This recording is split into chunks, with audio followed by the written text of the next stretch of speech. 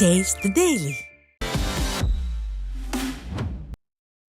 சேலம் மாவட்டம் ஆத்தூர் அரசு மருத்துவமனையில் துருப்பிடித்த இரும்பு மூலம் ஊசி போடுவதற்கான மருந்து பாட்டில்கள் உடைக்கப்படுவதால் நோயாளிகளுக்கு பல்வேறு இன்னல்களை ஏற்படுத்தும் என குற்றச்சாட்டு எழுந்துள்ளது.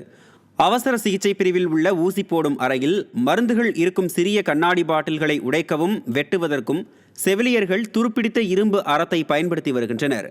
விடியா திமுக ஆட்சியில் அரசு மருத்துவமனை நிர்வாகத்தின் அலட்சியத்தால் மேலும் நோய் பாதிப்பு ஏற்பட வாய்ப்பிருப்பதாக அச்சம் தெரிவித்துள்ள நோயாளிகள் சம்பந்தப்பட்டவர்கள் மீது நடவடிக்கை எடுக்க வேண்டும் என கோரிக்கை வைத்துள்ளனர்.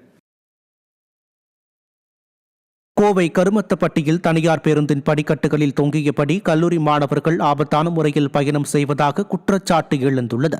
திருப்பூரில் இருந்து கருமத்தப்பட்டி வழியாக வந்த தனியார் பேருந்தில் கூட்டம் அதிகமாக இருந்ததால் கல்லூரி மாணவர்கள் படிக்கட்டுகளில் தொங்கியபடி பயணம் மேற்கொண்டனர். காலை மற்றும் மாலை வேளைகளில் விடியா ஸ்டாலின் அரசின் போக்குவரத்து துறை கூடுதல் பேருந்துகளை இயக்காததே இதுபோன்ற ஆபத்தான பயணத்திற்கு காரணம் என குற்றம் சாட்டப்படுகிறது. கள்ளக்குறிச்சி தலைமை அஞ்சல் நிலையத்தில் ஆதார் திருத்தப் பணிகள் மேற்கொள்ள நள்ளிரவிலிருந்தே காத்து கிடக்கும் நிலை உள்ளதாக பொதுமக்கள் வேதனை தெரிவித்துள்ளனர். ஆதார் கார்டில் திருத்தம் செய்யவும் புதிய ஆதார் பெறுவது உள்ளிட்ட பல்வேறு பணிகளுக்காகவும் தலைமை அஞ்சல் நிலையத்திற்கு ஏராளமான பொதுமக்கள் நாள்தோறும் வந்து செல்கின்றனர்.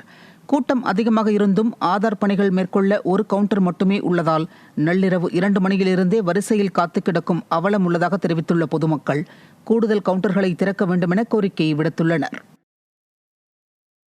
சென்னை கீழ்ப்பாக்கத்தில் உள்ள ஹாவோடா பேமெண்ட் சொல்யூஷன் பிரைவேட் லிமிடெட் என்ற நிறுவனத்தில் அமலாக்கத்துறை சோதனை மேற்கொண்டனர்.